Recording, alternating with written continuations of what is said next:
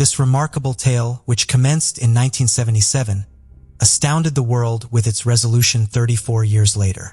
A young mother disappeared with her 6-month-old baby after going to a nearby store, leaving no trace behind. It took several decades for the truth to come to light, revealing that such convoluted plots are not confined to the realm of fiction.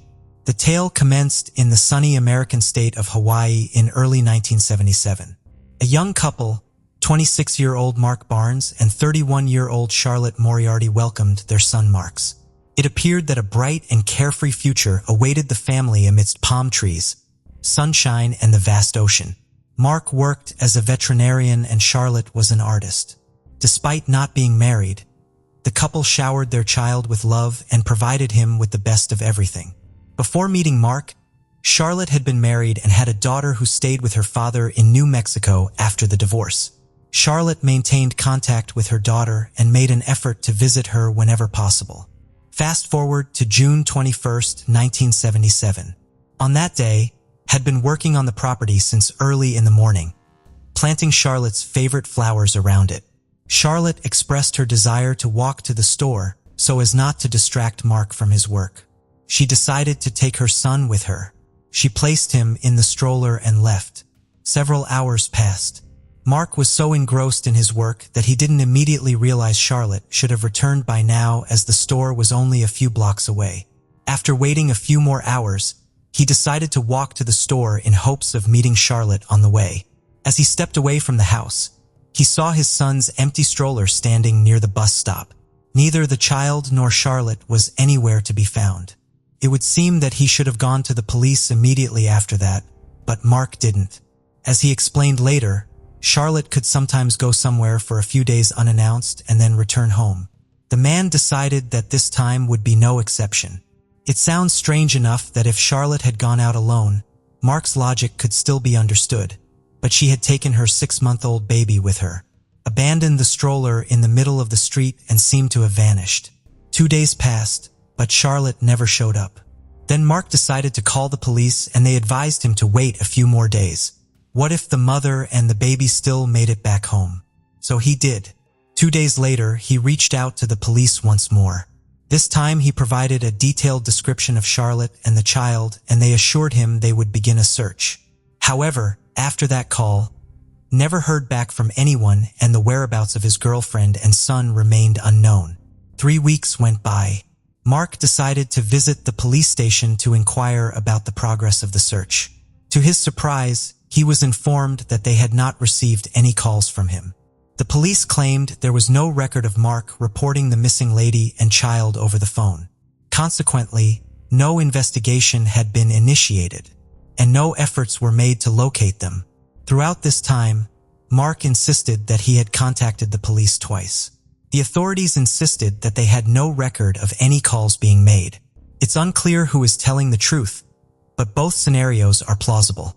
If the police did indeed neglect to search for the 6-month-old, they could have been in serious trouble. Cases involving missing infants required immediate action from law enforcement, even if only a short period had elapsed since the disappearance. Therefore, it's possible that the police deliberately concealed the fact that they failed to search for the baby. The father's actions also raised questions. Why did he wait a few days before contacting the police? And did those calls actually take place? Even if he did reach out, why did he wait an additional 3 weeks before visiting the station? During that time, he didn't even follow up with the police to check on the progress of the investigation. During his conversation with the detectives, Mark mentioned that Charlotte might have been struggling with mental health issues. In the 1970s, mental health treatment was not as advanced as it is today, so she never received proper care. Neither of them sought medical attention, despite there being valid reasons to do so. Mark was deeply troubled by Charlotte's mysterious behavior after giving birth. He couldn't fathom why she would walk around the house blindfolded, unable to provide a logical explanation. Concerned for her well-being, he even considered seeking medical help. However, when Charlotte finally removed the blindfold and returned to normal, Mark decided to put the strange incident behind him. The possibility of mental health issues arose. When Mark mentioned that Charlotte's daughter's canceled visit to Hawaii had greatly upset her, Strong negative emotions can trigger mental disorders, and this could have been a contributing factor to Charlotte's disappearance. Despite extensive efforts by the police, including opening a case and distributing flyers, Charlotte and her son remained missing. Mark's relentless search for them over the next year and a half proved futile, leading him to eventually relocate to California. With no evidence to go on, police had little hope of finding them. 24 years passed and Mark had resigned himself to never seeing Charlotte and his son again. However, in 2001, there was a surprising development in the case. Charlotte's daughter from her first marriage, Jennifer, jetted off to Hawaii and made her way to the police station. She managed to persuade them to reopen the case of her mother's disappearance. The detectives consented, input Charlotte and Mark's details into the missing persons database, and crafted a digital portrait of Mark's as he aged based on his childhood photo. The detectives' first move was to question Mark due to his peculiar behavior at the start of the investigation. The old documents made no mention of the man calling the police station 2 days after the girl and child vanished. It stated that he did not show up at the police station until 3 weeks later. This led the detectives to suspect that Mark might have been involved in their disappearance. Despite 24 years passing, the police attempted to locate any witnesses who lived near Mark and Charlotte's residence. Most of the residents had already moved, but the detectives were fortunate to find one elderly person who had lived there at the time. He remembered Mark and Charlotte and shared an interesting detail with the detectives. According to the pensioner, the couple frequently argued, and he overheard them shouting. The detectives then concluded that the case was nearing a resolution and Mark was indeed guilty. He was summoned for questioning and informed about the witness who had heard his regular arguments with Charlotte. Mark did not deny that there had been verbal altercations between them. He also challenged in his right mind to prove his guilt and offered to undergo a polygraph test voluntarily. The results were inconclusive. The experts who analyzed the test could not definitively determine whether the man was guilty or not. A polygraph is fundamentally an unreliable tool. It is not capable of definitively indicating whether a suspect is lying or not. Numerous factors can influence its results. It can mistakenly indicate the truth or falsehood. In case an innocent individual displays extreme nervousness during questioning or deliberately withholds crucial information, polygraph test may inaccurately label them as dishonest. Mark's situation was no different, as the polygraph yielded no useful results. However, the detectives opted to approach the investigation from a different perspective. They secured a warrant to search the residence where Charlotte and Mark resided in 1977. Of particular interest was the recently constructed terrace following the disappearance of the girl and child. Speculation arose that Charlotte may not have left the premises that day, but instead could have been harmed by her husband during a dispute and buried beneath the terrace. The sequence of events on that fateful day, including the involvement of an infant, remains unclear to law enforcement, leaving them with no alternative theories. Despite forensic examination of the backyard and terrace, no evidence of human remains was discovered. It is uncertain whether the current homeowners were compensated for the 2 days of excavation. Acknowledging the lack of leads, the detectives temporarily shelved the case. As a final effort, DNA samples were collected from Jennifer and Mark in the hopes of future breakthroughs. The case remained dormant for a decade until a surprising conclusion unfolded. Steve Carter, a 35-year-old from Philadelphia, had long questioned his origins. Raised in an orphanage and later adopted by a wealthy New Jersey couple, Steve cherished his adoptive parents but always pondered his early years. In 2011, he stumbled upon an online article detailing the remarkable tale of Caroline White, abducted from the hospital at just 19 days old. Decades later, Caroline stumbled upon missing children's websites and came across her childhood photo. To her horror, she realized that her current parents were the ones who had kidnapped her from the hospital. This shocking revelation prompted Steve Carter to start researching similar sites. Upon entering his birth information, he was left speechless when the first result displayed an adult photo of him, created by artists based on a baby picture. The resemblance was uncanny, leaving Carter frozen in shock. It dawned on him that he was the missing Mark Barnes who had disappeared in Hawaii with his birth mother. After gathering his composure, Steve decided to undergo a DNA test facilitated by a missing child search service. The database contained DNA samples of Mark and Jennifer collected by the police a decade earlier. 8 months later, the results confirmed a perfect match. Steve Carter was indeed Mark Barnes. The police swiftly reopened the investigation. The missing infant had been found 34 years later, yet the circumstances surrounding his disappearance remained a mystery.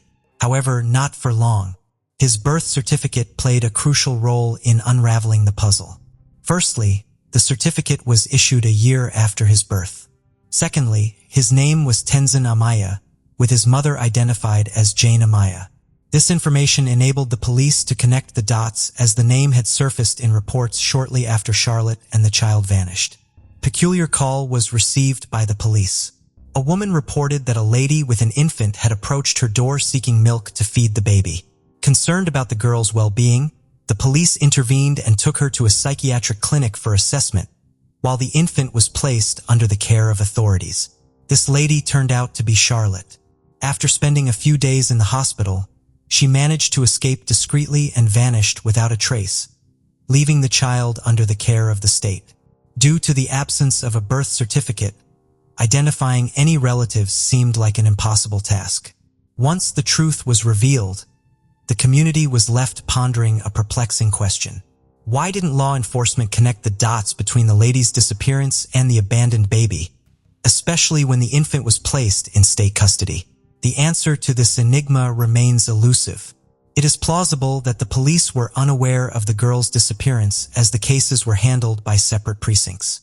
Steve, who had since established himself in a prestigious career and started his own family, took the bold step of reaching out to his half-sister and biological father. Their astonishment was palpable when the man disclosed his identity. The notion of the infant still being alive was met with skepticism.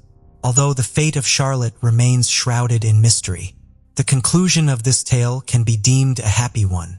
Statistics dictate that the likelihood of locating missing children after such a prolonged period is virtually non-existent.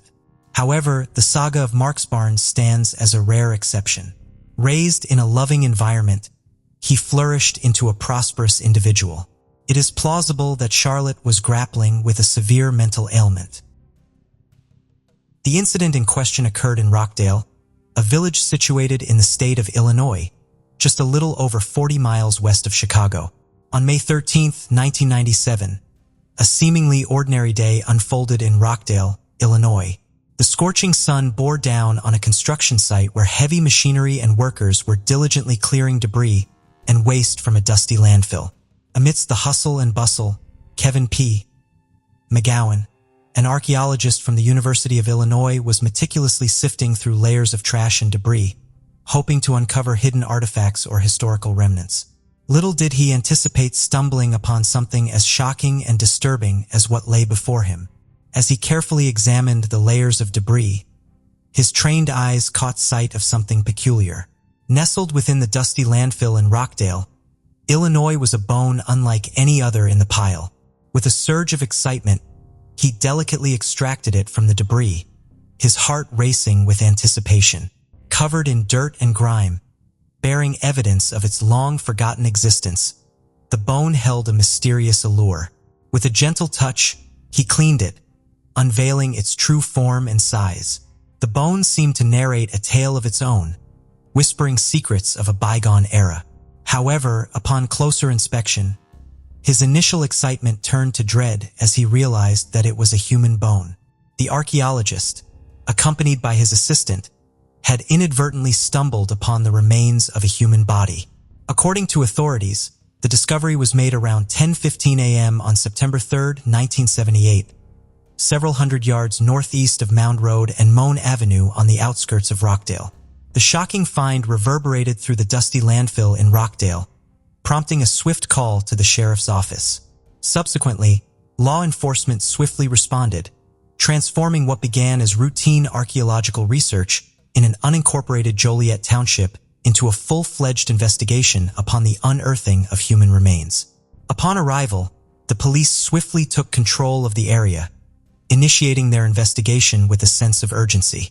it became evident to the investigators that they were faced with a tragic case of homicide. The individual responsible for burying the body underground had clearly intended to conceal it from the world, leaving behind a disturbing and inhumane act. The unceremonious burial hinted at the cruelty inflicted upon the victim. The discovery of only one bone indicated that the victim had been dismembered, with the remaining body parts scattered elsewhere. Determined to uncover the truth behind this abhorrent crime, the investigators embarked on their quest for answers. The gravity of the situation weighed heavily upon them, but they were prepared to confront the challenges that lay ahead. The revelations sent shockwaves throughout the community, prompting law enforcement officials to launch a comprehensive investigation. Who was the deceased individual, and how did they come to be buried in the landfill? These were the questions that occupied the thoughts of everyone involved. The investigation would prove to be far from easy, requiring years of tireless effort, numerous interviews, and the utilization of cutting-edge scientific advancements to unravel the mystery.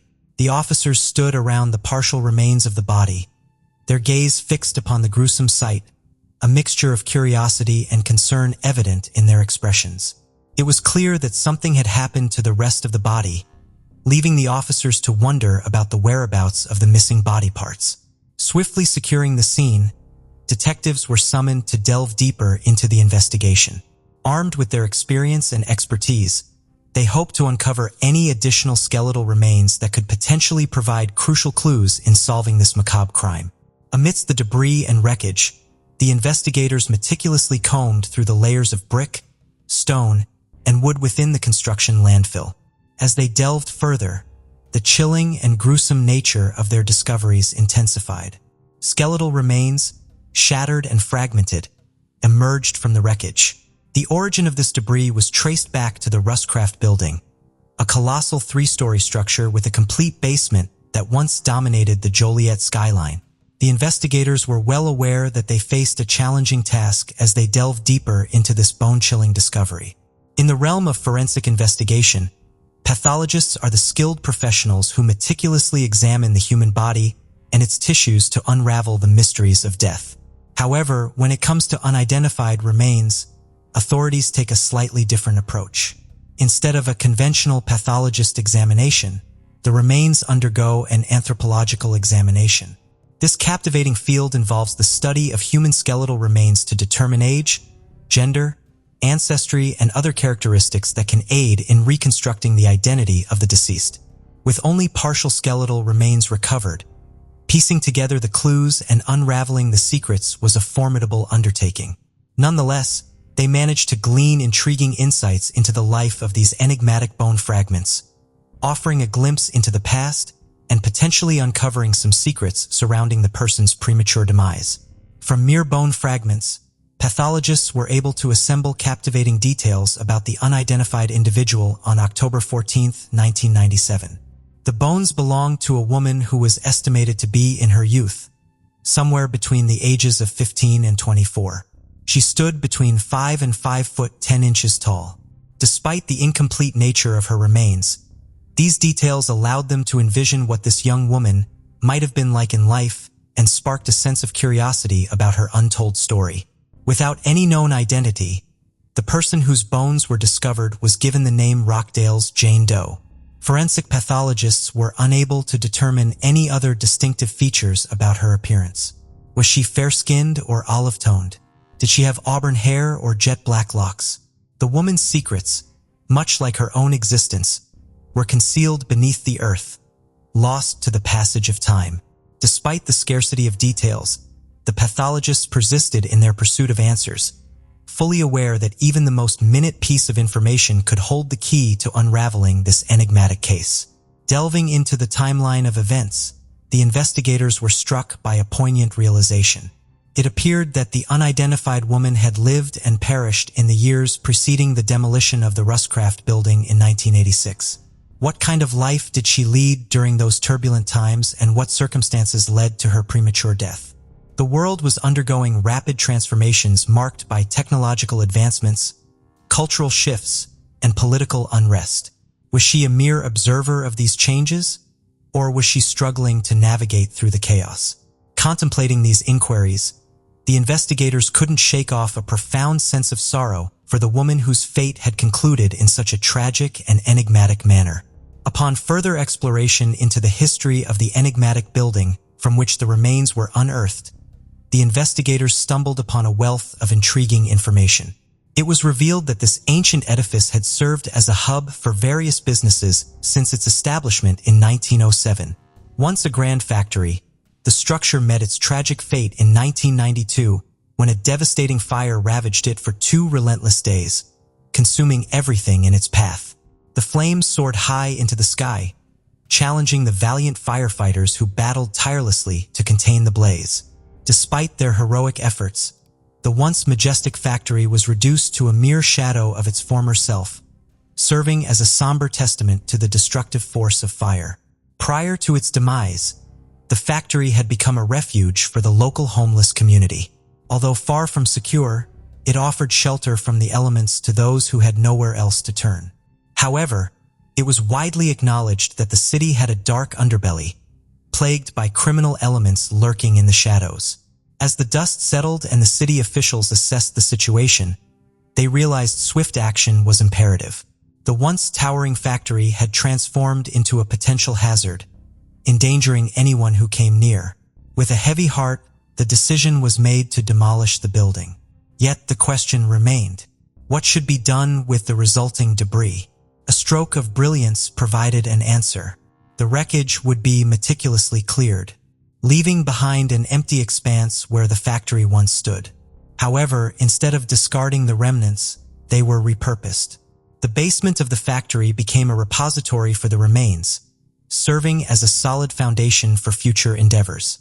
Upon further investigation, it was discovered that in 1995, a peculiar decision was made to relocate the building's remains to a new location in Rockdale, where bone fragments were subsequently found. The theory that the woman had been killed elsewhere and buried in this spot gained credence when the pathologist revealed that the body had been disturbed not once, but twice after death, indicating the presence of someone at the original factory site. This unsettling revelation only deepened the mystery surrounding the woman's demise. In 2009, a glimmer of hope emerged when Will County Coroner Patrick K. O'Neill assembled a dedicated team to seek justice for the forgotten victim. The cold case unit embarked on a painstaking journey, meticulously reconstructing every aspect of the case. Over the years, they conducted forensic anthropology studies, extracted DNA, and entered it into the extensive National Missing and Unidentified Persons database. They tirelessly searched for a match in the Federal Bureau of Investigation's combined DNA index system. Team even enlisted the aid of a specialized unit within the Federal Bureau of Investigation to create a facial reconstruction of the unknown woman utilizing the latest in technology. After thorough investigation, each lead was diligently followed up on and eventually ruled out, resulting in the team being left with more uncertainties than solutions. Collaborating with Othram, a forensic DNA sequencing laboratory, the Will County Coroner's Office embarked on a mission to unravel the enigmatic cold case of Rockdale's Jane Doe on June 8, 2022. Equipped with state-of-the-art technology and an unwavering resolve to crack this enduring puzzle, the team commenced their endeavor. Despite previous unsuccessful DNA testing endeavors that had dashed hopes of a breakthrough, the Will County Coroner's Office remained resolute, and even provided financial backing for the fresh round of testing. Armed with advanced forensic DNA testing capabilities, the team was resolute in their determination to solve the case definitively. Through a successful crowdfunding campaign that garnered additional resources and community support, the team was finally able to advance their inquiry. The stakes were high and the team felt the weight of the pressure, yet they were prepared to go to any lengths necessary to bring closure to this long-standing enigma.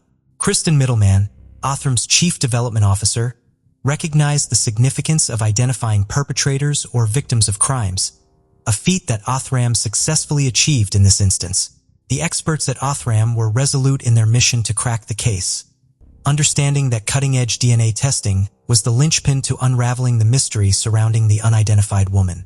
Leveraging forensic-grade genome sequencing technology, they extracted crucial genetic data from the skeletal remains, enabling the construction of a comprehensive genealogical profile. However, this was merely the initial phase. With unwavering determination, Othram's internal genetic genealogy team meticulously delved into researching the family lineage to generate a lead for law enforcement. The laboratory managed to identify a potential match of relatives. The long-awaited moment had arrived, the breakthrough in the case that held the promise of bringing closure to this perplexing mystery. While the investigation was still ongoing, this significant development infused them with renewed hope. Cold case investigators, upon receiving the leads, diligently conducted interviews with numerous individuals in Illinois, Texas, and California. After years of meticulous investigation, the answers they sought finally materialized. Utilizing Othram's advanced DNA testing, they identified a man named Chris O'Brien in California, whom they believed held the key to unraveling the enigma surrounding the unidentified woman. Swiftly, cold case investigators from the coroner's office made their way to Chris's residence, where they interviewed him and made a startling discovery. He had a sister whom he had not seen since 1984. Could this missing sister be the very same unidentified woman they had tirelessly searched for all these years? To find the answer, they collected DNA samples from Chris O'Brien and sent them to Othram Labs for further testing. The subsequent KIN-SNP testing confirmed that Chris and the unidentified woman were indeed half-siblings. At last, they had found Chris' long-lost sister. Thanks to the unwavering dedication of law enforcement and the cutting-edge technology provided by Othram. On March 3, 2023, after 26 years of being an anonymous victim in a cold case, the woman discovered amidst the ruins of an Illinois factory in 1997 finally received a name: Marie R. O'Brien. Born on July 16, 1966, in the charming town of Aurora, Marie was a cherished daughter, sister, and friend to those who knew her. Her elder brother, Chris O'Brien, was a figure she admired and loved deeply. Although her life was tragically cut short, Marie's memory will now endure with dignity and warmth as her loved ones can finally lay her to rest, finding solace in the closure they have long sought. Marie R. O'Brien was a bright and cheerful student at Golden Rule Charter School, where her outgoing nature and friendly demeanor endeared her to many friends. However, her trusting disposition often raised concerns among those who held her dear. Marie R. O'Brien was known for her unwavering trust in strangers, a quality that may have ultimately led to her tragic fate, as described by her elder brother, Chris O'Brien. Despite Chris's persistent efforts to reach out to her after 1984, Marie vanished without a trace, leaving a void in the lives of those who knew her. In the community of Aurora, Marie was regarded as a true gem, a compassionate individual who always prioritized others. From a young age, her talents were evident to all, particularly her undeniable passion for art. Her paintings were not only breathtaking, but also treasured by their recipients. However, Marie's generosity extended far beyond her artistic abilities. She was always ready to lend a helping hand, and her selflessness served as an inspiration to those around her. It comes as no surprise that her friends and family adored her infectious warmth and charming personality. Although Marie's time was tragically cut short, her legacy lives on through the lives she touched with her kindness and creativity. Yet, the case remains unsolved, leaving Marie's loved ones with lingering questions. Who was responsible for taking her away from them?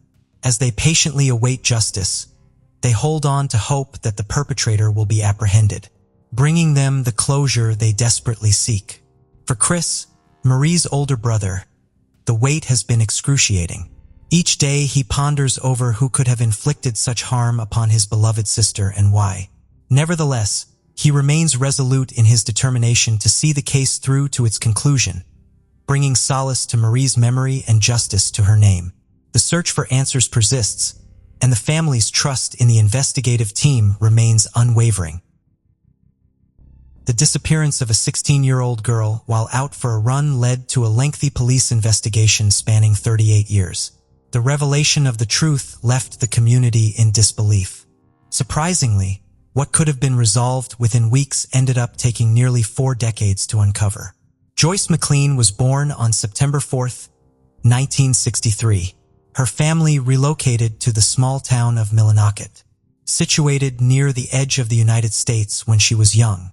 Music was her passion from a young age, and she excelled in playing various instruments, with the saxophone being her favorite. Not only was she a talented musician, but she was also an active member of the school music group, cheerleading team, and soccer team. As she approached her 17th birthday at the end of the summer vacation in 1980, Joyce had big plans to celebrate with friends and family at the lakeshore. She had recently obtained her driver's license and was eager to invite a local musical group to join the festivities. With 2 more grades to complete before heading off to college, Joyce was a dedicated student who excelled in academics, sports, and music. On the evening of August 8th, after spending the day at the lake with friends, Joyce went for a run to stay in shape for the upcoming soccer season. Despite not being a fan of running, she was determined to give her best on the field. However, that night, never returned home after her usual run around town.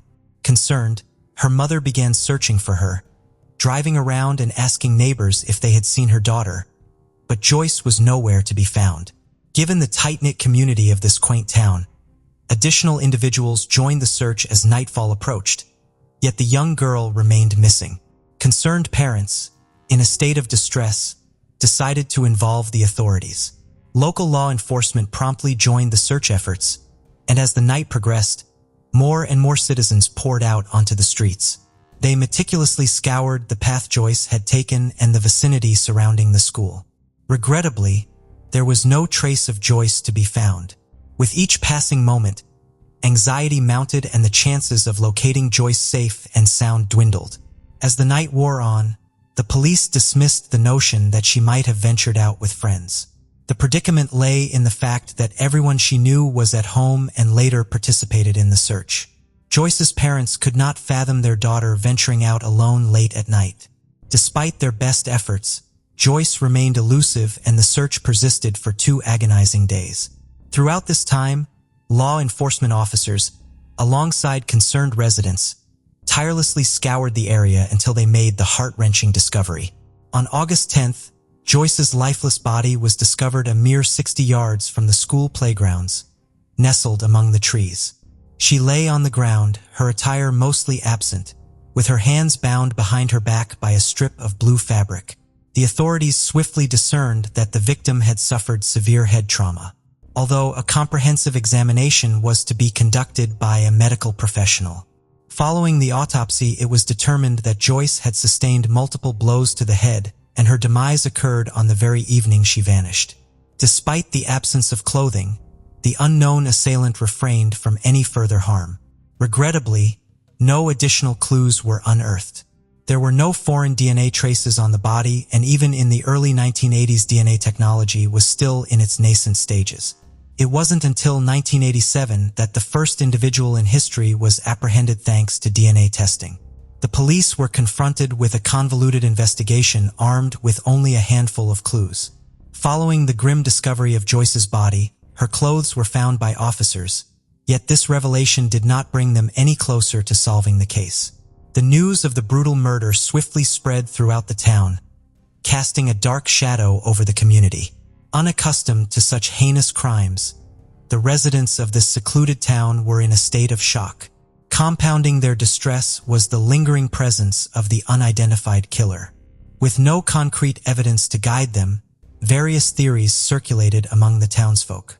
The prevailing belief was that Joyce's body was discovered near a spot frequented by less fortunate youths who engaged in illicit activities. Speculation arose that a group of intoxicated individuals may have assaulted Joyce, leading to a tragic outcome. Despite questioning locals who frequented these gatherings, the police could not establish any direct involvement. Another hypothesis suggested that the culprit could have been a transient worker seeking employment in the area.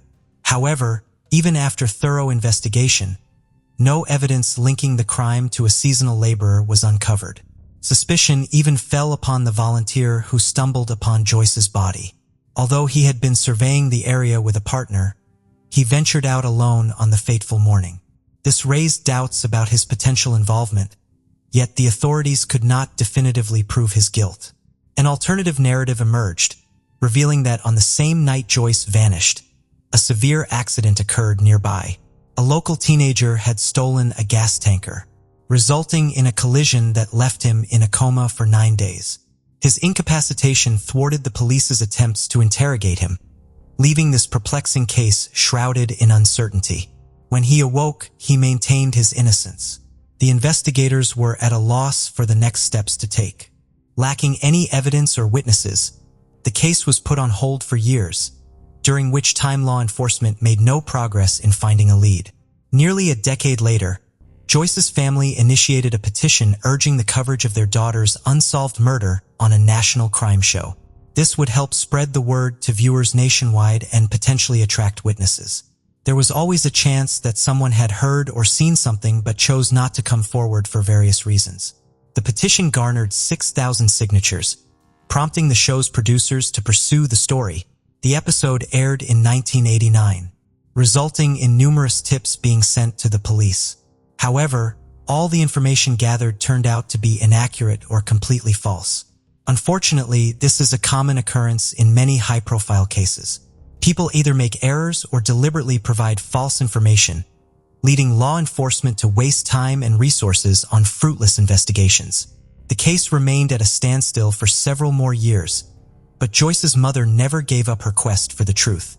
In the mid-2000s, she believed that advancements in forensic technology and techniques could uncover overlooked evidence from the 1980s. However, there were obstacles to overcome as authorities initially rejected her request to exhume the victim's body, citing the lack of preserved evidence after nearly 3 decades. Undeterred, the mother persisted, and in 2007 she managed to revive the issue. Dr. Peter Cummings, a forensic expert from Massachusetts, played a significant role in this endeavor. Despite being only 5 years old at the time of Joyce's murder, he vividly remembered the tragedy that had befallen his town. Dr. Cummings acknowledged that these events had inspired him to pursue a career in forensics and medicine. Upon discovering that the authorities had denied Joyce's mother's request for an exhumation, he reached out to her, encouraging her not to give up on the idea. Peter was of the opinion that the remains might still hold valuable evidence. He also sought the expertise of a renowned forensic specialist in the United States who took a keen interest in the case. Joyce's mother took the lead and arranged for an independent examination. The exhumation required a substantial sum of $20,000, which the family did not possess. However, they received support from compassionate individuals who remembered the case even after many years. With their assistance, the family swiftly gathered the required funds and the exhumation was carried out in 2008. Surprisingly, experts did uncover significant evidence, although they chose to keep this information confidential at the time. Investigators simply stated that the discovery would not lead to an immediate arrest. The case was promptly reopened by the police. Several months later, reports emerged that unidentified individuals had desecrated Joyce's grave. Authorities were uncertain if this act was related to the murder investigation. The next major development occurred in 2009, when law enforcement identified a prime suspect for the first time in 29 years. Reflecting back to 1980, shortly after Joyce's tragic death, a local man stole a gasoline truck and was involved in a severe accident, resulting in him falling into a coma. This individual was Scott Fournier, a 19-year-old at the time. In 2009, he faced charges related to illegal material involving minors. Initially, the two cases seemed unrelated until the judge unexpectedly named Scott as a person of interest in the Joyce McLean murder case following his sentencing, urging him to confess. This revelation came as a shock to Joyce's family, who were familiar with Scott and knew that he had been a suspect due to the earlier accident. The reason behind the judge officially declaring him a person of interest after nearly 3 decades remains a mystery. The lead detective refrained from providing any comments on the matter, only mentioning that significant progress had been made since the exhumation and that the investigation was progressing well. Scott received a relatively light sentence of 6.5 years for possessing prohibited material despite his prior criminal record. Although he had been tried for theft in 1979, 1980, and 1984, those incidents were too far in the past to impact the current case. In 2001, he came to the attention of the police when his 6-year-old daughter accused him of molestation. Despite law enforcement's belief in the girl's story, the crime could not be substantiated and Scott remained unpunished. These events alone could warrant serious consideration of him as a suspect in Joyce's murder. However, the situation is far more chilling than initially thought. The case dragged on for several more years while the man was incarcerated, with investigators keeping their findings confidential and interviewing potential witnesses. In 2015, a team of 10 men was assembled to revisit the location where Joyce's body was discovered. Although no details were disclosed at the conclusion of the search, everything fell into place a year later. On March 4, 2016, the police officially announced the arrest of the suspect. Scott Fournier, who had recently been released from prison, was apprehended and charged with Joyce McLean's murder. At 55 years old, Scott refused to plead guilty, leading to a trial that commenced in 2018. Due to a lack of funds, he spent nearly 2 years in jail awaiting his initial hearing. During the trial, it was revealed that Scott had confessed multiple times to killing Joyce shortly after the incident. On one occasion, he tearfully admitted to his mother and sister that he was responsible for Joyce's death. On other instances, he disclosed this information to a local priest, a couple's acquaintance, and a coworker. Some of these revelations were only reported to the authorities years later, while others were immediately known. Scott was initially cooperative but later began to deny any involvement, attributing his confusion to a head injury sustained in an accident. He claimed to have believed he had killed Joyce, but now insists that it never occurred. Throughout 27 interrogations, Scott's narrative kept changing. Initially, he confessed to stabbing Joyce with a glass insulator from a nearby power line, but the murder weapon could not be definitively identified. Despite some inconsistencies, his account closely matched the actual events. Subsequent statements varied from claiming he acted alone to implicating others in the crime. The detectives faced challenges due to the evolving nature of Scott's story and lack of concrete evidence. It was only after years of investigation that sufficient proof was gathered to proceed with a trial, thanks to the testimonies of a priest and Scott's colleague who overheard his confession. The colleague inquired about how the guy managed to escape without consequences. Scott explained that he misled the police with false information about others' involvement, which diverted their attention. The colleague reported the conversation to superiors, but not to law enforcement. Surprisingly, the information was never relayed to the police. Scott confessed to the priest that he did not harm Joyce because she was menstruating at the time, a detail the police did not disclose. This revelation, discovered during the examination of the girl's body, raised suspicions as Scott could only have known this if he was the killer. Scott's lawyers argued that the evidence was purely circumstantial, attributing his confession to a head injury from an accident. They also pointed out that the police did not immediately arrest him after his initial confession. Furthermore, they criticized the court for not considering other potential suspects, such as Peter Larley, who discovered Joyce's body. Larley's behavior on the day of the murder raised doubts, especially since his sister witnessed him leaving the house early in the morning with a gym bag and returning home looking content after finding the body. The volunteer's delayed report to the police, 16 years later, adds to the suspicion. Unfortunately, Peter Larley passed away from a heart attack just 2 days before Scott's arrest. Due to this circumstance, the reasons behind his early emergence will forever remain unknown. Nevertheless, the authorities have stated that there is no concrete evidence linking him to the crime. The prosecution vehemently refuted all claims made by the defense attorneys, assuring the court that the police thoroughly investigated all potential suspects without finding any indication of their involvement. Conversely, raised multiple red flags, with even his stepfather expressing suspicions to the police early on in the inquiry. He alleged that Scott had mentioned plans to go running in the evening shortly before the tragic incident, as well as expressing sympathy for the victim, Joyce. Furthermore, when Scott initially confessed to the crime, he accurately led investigators to the exact location where Joyce's body was discovered. Several witnesses were also cited to support the theory of his involvement. On the night of the murder, a couple reported seeing Scott running past the crime scene with a bottle of alcohol in hand around 9 p.m., accompanied by an unidentified young man.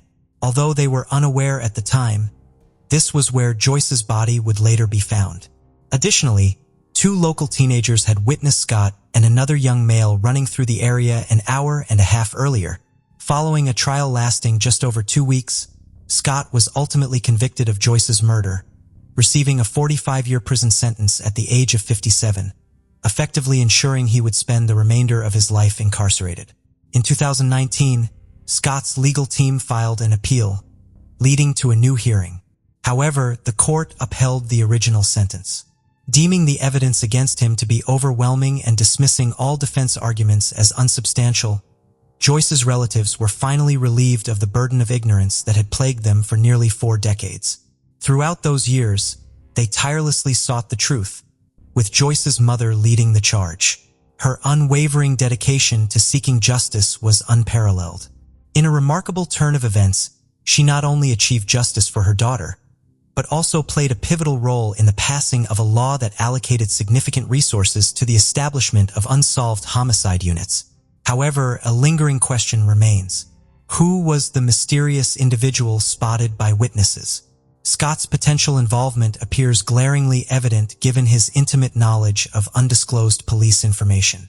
The consistency in the accounts provided by 2 separate groups of witnesses raises suspicions about the possibility of Scott acting in concert with another individual. Yet the absence of any concrete evidence regarding a second perpetrator casts doubt on this theory. Following Joyce's tragic demise, Scott's involvement in a subsequent gasoline truck theft and subsequent accident raises further questions. Despite being the sole occupant of the vehicle during the crash, the whereabouts of his alleged accomplice remain unknown. Could they have parted ways immediately after the crime? The notion of a second killer remains shrouded in uncertainty. The disappearance of a young woman from her apartment, which she shared with her sister, remained a mystery for many years. Despite the efforts of the police, no clues were found and the case went unsolved for over 5 decades. It was only after 53 years that the disturbing truth was finally uncovered, in a rather unconventional manner. Pamela Dorrington, born on November 23, 1948, in the quaint American town of Helena, Montana, was raised in the warm embrace of a loving family and a circle of loyal friends. Recognized for her unwavering sense of responsibility from a tender age, she was always ready to lend a helping hand. An ardent animal lover, her parents gifted her with a majestic black Labrador, a companion she cherished dearly. Excelling in her studies at the local school, Pamela's passion for the Russian language blossomed during her high school years. Following graduation, she embarked on a career as a surgical nurse at St. Peter's Hospital, seeking to carve out her own path in the world. Eager to embrace independence, she moved into a charming 2-bedroom apartment on the 2nd floor of a luxurious complex with her cousin Mary, who also worked at the hospital. As the sun rose on February 17, 1968, Mary set off for work, leaving Pamela in peaceful slumber, preparing for her evening shift. Meanwhile, Pamela's father, passing by the apartment complex, noticed the Labrador frolicking freely outside. Assuming his daughter was at work, he retrieved the dog and departed. However, as the day unfolded, Pamela failed to arrive at the hospital for her shift, causing concern to mount among her family and friends. As a responsible soul, Pamela's absence raised alarm bells, for she was not one to shirk her duties without just cause. Nor would she vanish without a trace, leaving her loved ones in a state of distress. Another reason for concern arose when Pamela's vehicle was discovered in the parking lot of the luxury apartment complex. This detail further diminished the possibility of the young lady venturing out on foot. Throughout the day, her family anxiously awaited until the break of dawn before reaching out to the authorities. A missing persons report was promptly filed, although the detectives did not dismiss the notion that she may have left voluntarily. Upon examining her residence, investigators found no traces of forced entry or signs of a struggle. Everything appeared to be in order. They requested her sister to inspect Pamela's belongings and confirm if everything was accounted for. Mary observed that her coat, robe, purse, and winter boots were conspicuously absent from their apartment. 2 days following Pamela's mysterious disappearance, law enforcement orchestrated a thorough search operation spanning a 30-kilometer radius around her residence. Fields, forests, and bodies of water were meticulously combed through while volunteers and family members distributed flyers across the city streets. Police officers interviewed Pamela's neighbors, colleagues, and acquaintances, all of whom claimed to have no recollection of seeing her on the day she vanished or any inkling of her whereabouts. Her supervisor at the hospital disclosed that Pamela was scheduled to collect a $200 check that day, but she failed to show up. This detail further suggested that the likelihood of her absconding with the money she had earned was slim. In the initial stages of the investigation, over 100 individuals associated with Pamela were questioned by the authorities, some of whom underwent polygraph tests, albeit yielding inconclusive results. Despite their exhaustive efforts, no evidence pointing towards her departure from the town was unearthed. Faced with a dearth of leads, the police intensified their search efforts, expanding the search area to approximately 50 kilometers around the city and deploying additional resources.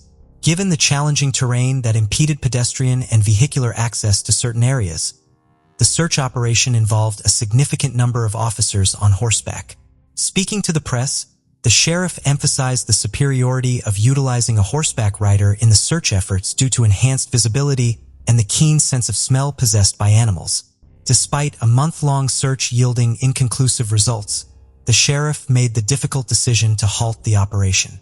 Subsequently, the case has hit a dead end as detectives remain without any promising leads. However, in April, a peculiar incident unfolded in Great Falls, located approximately 140 kilometers from Helena.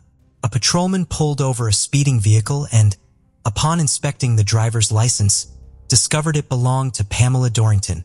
This unexpected development sparked renewed optimism among the missing woman's family. Unfortunately, the car and its driver could not be located by investigators. Nearly 4 months later, on June 13th, the sheriff's office received a crucial tip. A national park ranger stumbled upon a human body in the water near Helena. Upon retrieval, experts confirmed that the torso belonged to a young woman between 17 to 23 years old, suspected to be Pamela Dorrington.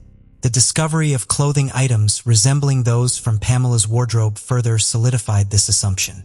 Tragically, the medical examination revealed multiple stab wounds and signs of abuse on the young woman's body. Nevertheless, the torso could not be identified on its own. This was all before the advent of DNA testing. The experts could only estimate the approximate duration the body had been submerged in the water. They believed it could have been around 4 months, coinciding with Pamela's disappearance. Despite extensive searches in the lake and the Missouri River, investigators and divers were unable to locate the missing body parts. The sheriff informed the media that the body likely belonged to Pamela, shifting the focus from a missing person case to a homicide investigation. However, the lack of leads meant that the perpetrator remained at large. A year later, the sheriff sought the expertise of a psychologist in Detroit who specialized in violent crimes. Based on the available information, the psychologist concluded that the murderer was a psychopath driven by twisted desires. This revelation suggested that the perpetrator might have committed more crimes and could easily conceal his true identity. Despite sharing the list of suspects with the psychologist, no concrete evidence was found to link any of them to the crime. Pamela's remains were not laid to rest until 1975, with the investigation yielding no further progress in capturing the culprit. Throughout the extensive investigation, authorities never discovered any additional remains of the victim, nor did they make any significant strides in apprehending the culprit. Despite this, they diligently explored various avenues. At one point, the investigators even turned to clairvoyance, but the outcome was unsurprising. A noteworthy development occurred 15 years after the murder in 1983. The landlord of the apartment where Pamela and Mary resided was convicted of killing his wife. Brooke Atlas, a resident on the first floor directly beneath their apartment, had been a potential suspect from the outset, yet the absence of concrete evidence hindered any definitive conclusions regarding his involvement. Subsequently, he married and relocated to a private residence with his wife. In 1983, their house was engulfed in flames, and forensic analysis swiftly revealed that it was a case of arson. Furthermore, the body of Atlas's wife was discovered in the charred remains, with the cause of death determined to be strangulation. Investigators speculated that financial troubles prompted the man to eliminate his wife and torch the house. Shortly before the incident, he had filed for bankruptcy and the destruction of his insured property, could have led to a substantial insurance payout. However, he was ultimately sentenced to life imprisonment for murder and an additional 20 years for arson. The investigators handling Pamela's case found this development intriguing. Atlas, who lived in close proximity to the victim, had the means to commit the crime. He could have utilized a spare key and over time possibly gleaned information about their routines. Despite questioning Atlas, he vehemently denied any involvement. With no incriminating evidence against him, law enforcement had no option but to acknowledge his denial and remain hopeful that fresh leads would surface in due course. Over the ensuing 38 years, no breakthroughs were achieved. Pamela's parents passed away without closure, and among her surviving relatives remained only a younger brother. He had lost all hope of uncovering the truth about his sister's fate, but recently, new opportunity arose. The case was transferred to the Unsolved Homicide Squad, and the fresh team of detectives opted to reinvestigate. Pamela's case was not the typical scenario for such units, as they usually dealt with cases where DNA evidence was left behind by the perpetrator. However, due to the lack of advanced analytical tools in previous years, utilizing DNA evidence to apprehend the killer was impossible. In Pamela's situation, there was a complete absence of evidence, leaving the detectives reliant on luck. They meticulously reviewed all the materials left by their predecessors, including a list of potential suspects. Brooke Atlas emerged as a prominent figure, having previously been incarcerated for his wife's murder. At 79 years old, he was still serving his sentence at the time. The investigators acknowledged the immense challenge of proving his guilt after 53 years, especially considering his advanced age and the unlikelihood of him surviving until sentencing. Pursuing a trial without any evidence would be futile, and no judge would entertain such a case. Consequently, the detectives adopted an unconventional approach. They visited Atlas in prison and proposed a deal: confessed to Pamela's murder in exchange for immunity from further punishment. Such actions by law enforcement were exceedingly rare, particularly in cases of heinous crimes. However, in this instance, they recognized only two viable options: waiting indefinitely for new evidence, which was improbable, or securing a confession. Given Atlas's age, the latter option was precarious. Moreover, Pamela's brother, her sole surviving close relative, was also elderly. The detectives felt compelled to reveal the truth to him, informing him of the potential deal to which he consented. The investigators presented their offer to Atlas and awaited his response. Surprisingly, the strategy proved successful as the perpetrator expressed readiness to confess. The detectives refrained from celebrating hastily. They needed to ensure the man's actual involvement in the murder rather than falsely accusing him. They dedicated numerous hours to interrogating him about the specifics of the crime. Atlas admitted to premeditating Pamela's murder. After waiting for her sister to leave for work, he went to their apartment and rang the doorbell. Upon Pamela's opening the door, he informed her of a supposed leak in one of the apartment's pipes that required urgent repairs. Without hesitation, Pamela allowed him inside. Once inside, he assaulted and strangled her, then transported her body to his apartment and violated her. This was his primary motive. Atlas then placed her in a barrel and took her to the warehouse of the small airport where he worked as a flight instructor. Later that day, just a few hours after the murder, he was calmly conducting flight lessons with his students. The barrel remained in the warehouse for several days, after which Atlas took it to the banks of the Missouri River, dismembered the body, and disposed of it in the water. Additionally, the man disclosed several details to the police that had never been made public, indicating that only the perpetrator could have known them. Armed with this information, the detectives had no doubt that Atlas was telling the truth. 53 years later, they finally managed to solve the case, albeit having to grant the murderer full immunity.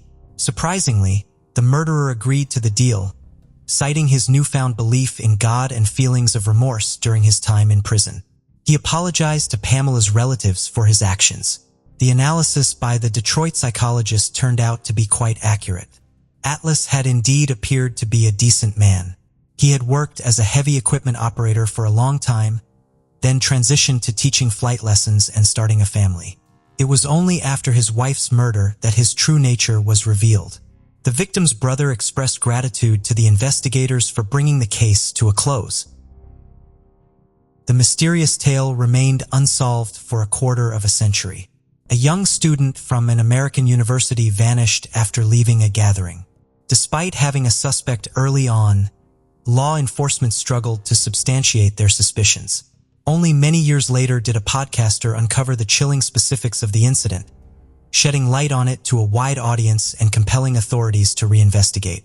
Kristen Smart, born on February 20th, 1977, in Augsburg, Germany, relocated to the United States with her family at a young age.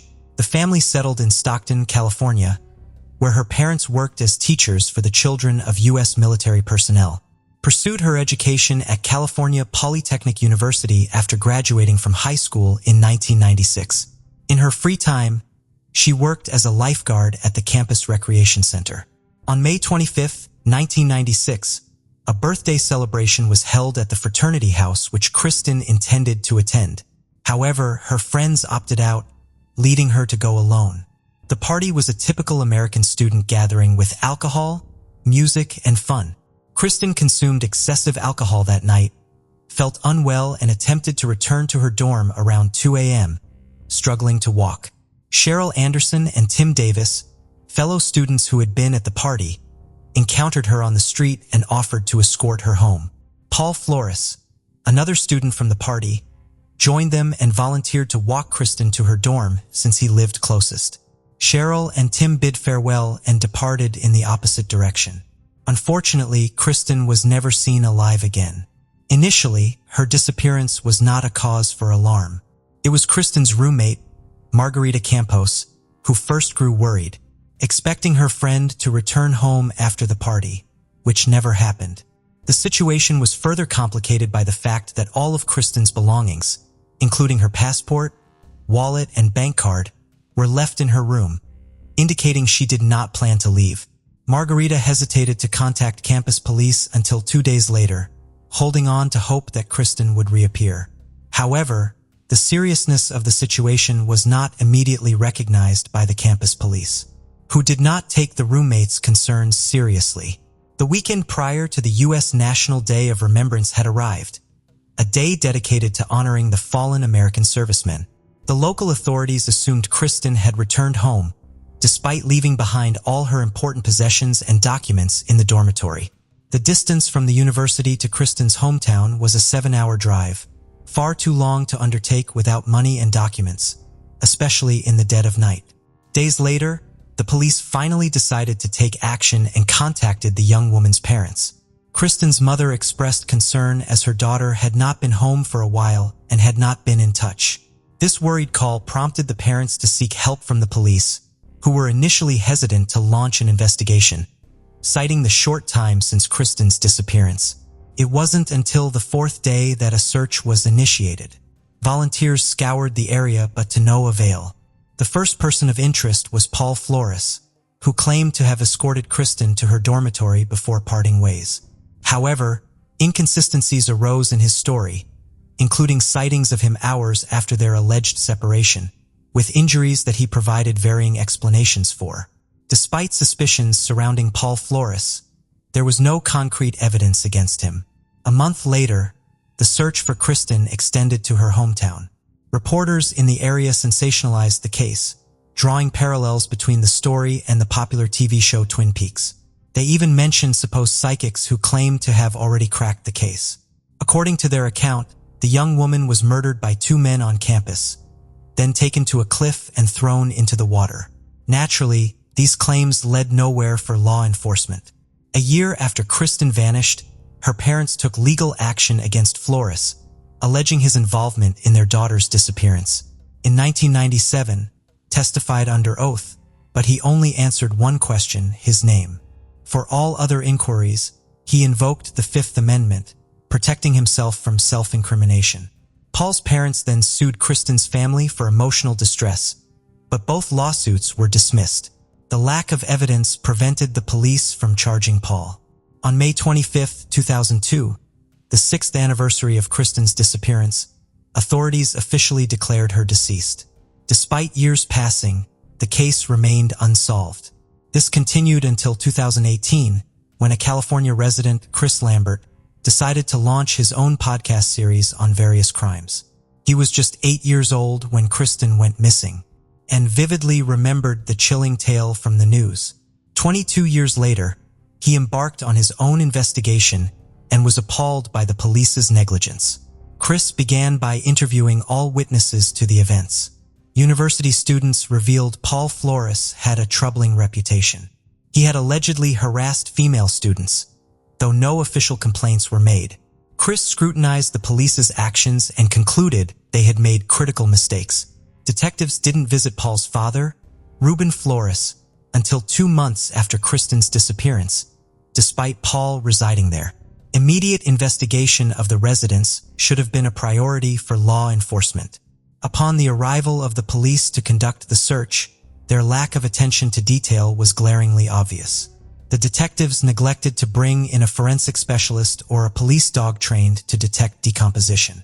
As a result, the search proved to be utterly futile. Furthermore, the detectives failed to inspect the 2 cars belonging to the Flores family, one of which could have been used by Paul to transport Kristen from the campus to her father's residence. Months later, one of the cars was sold, while the other was reportedly stolen. Astonishingly, the police never bothered to visit Paul's mother's house, where a crucial clue was concealed.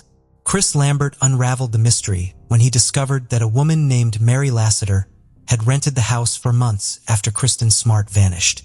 Inside one of the rooms, she stumbled upon a necklace link strikingly similar to the one Kristen wore, which was also featured in the posters scattered throughout the city.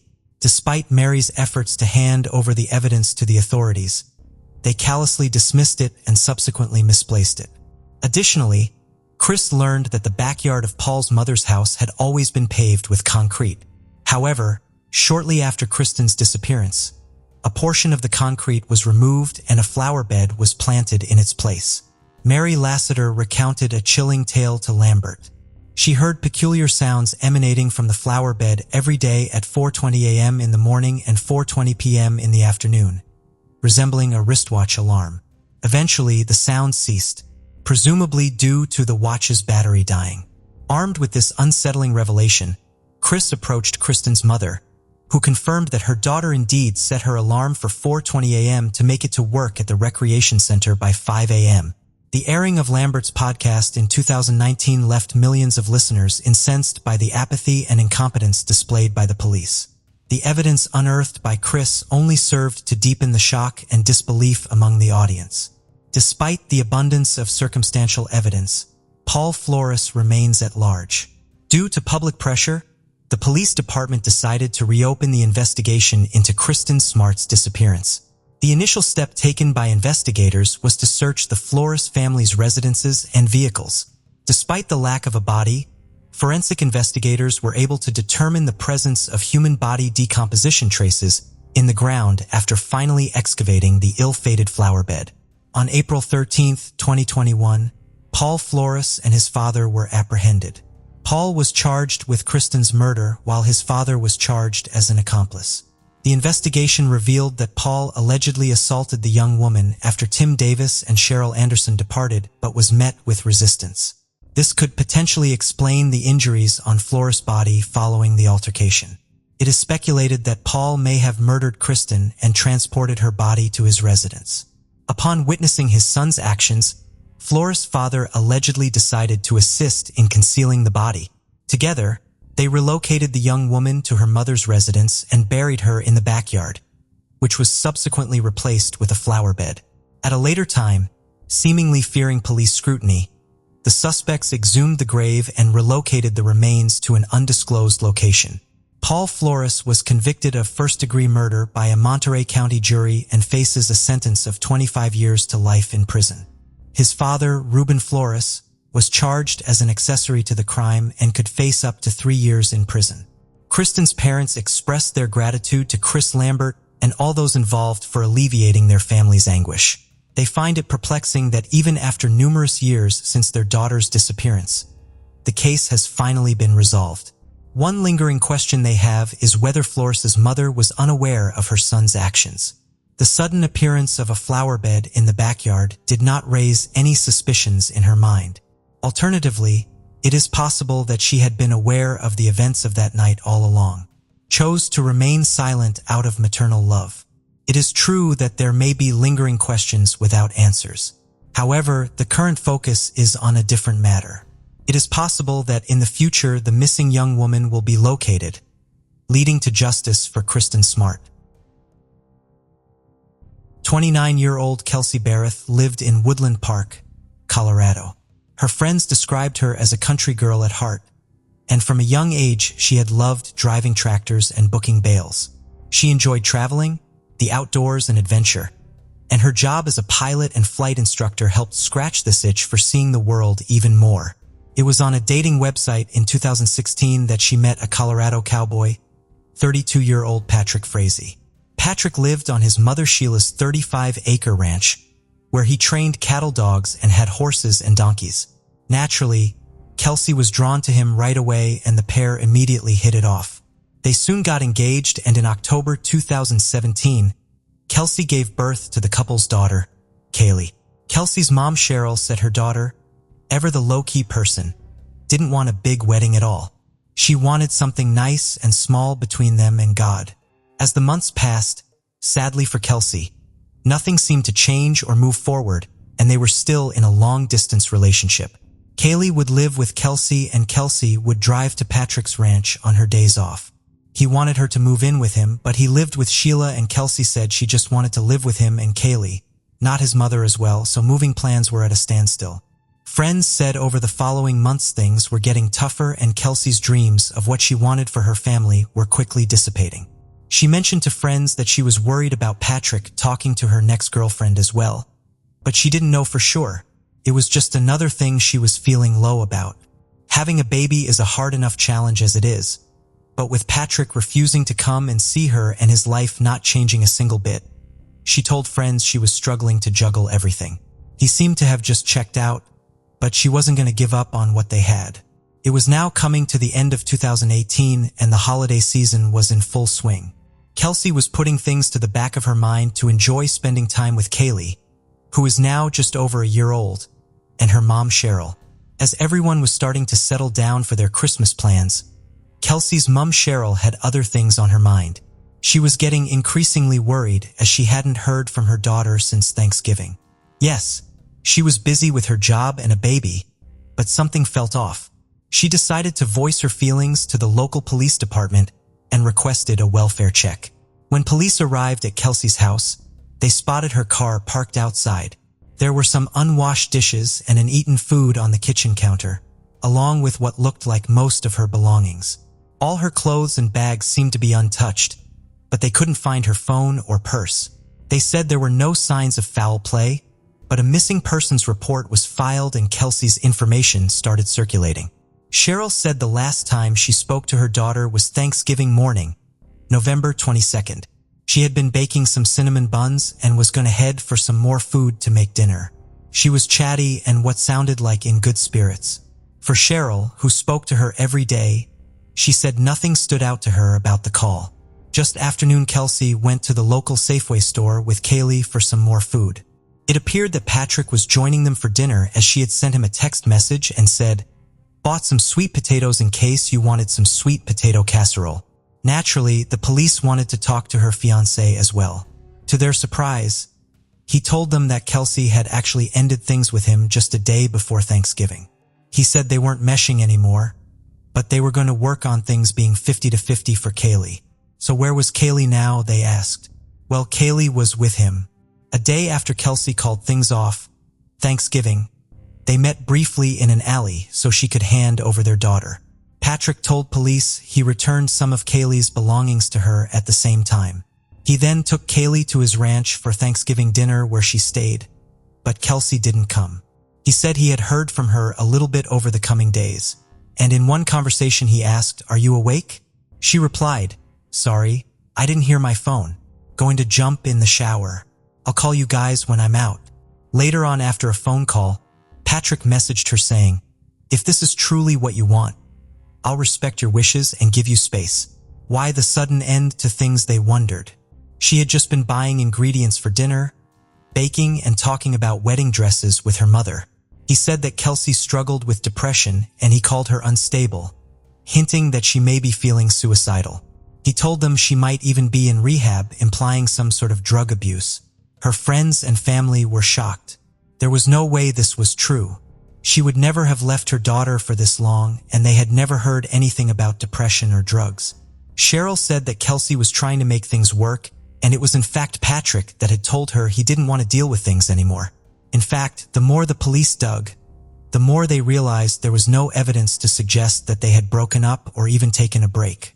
Things got stranger when her boss said she had texted him saying that Patrick would be coming to their company holiday party. He described her excitement with a lot of exclamation marks and emojis. It clearly meant so much to her that he was going to attend. But not long after, he got an unexpected message from her saying she would be taking a week off from work with no reason for it.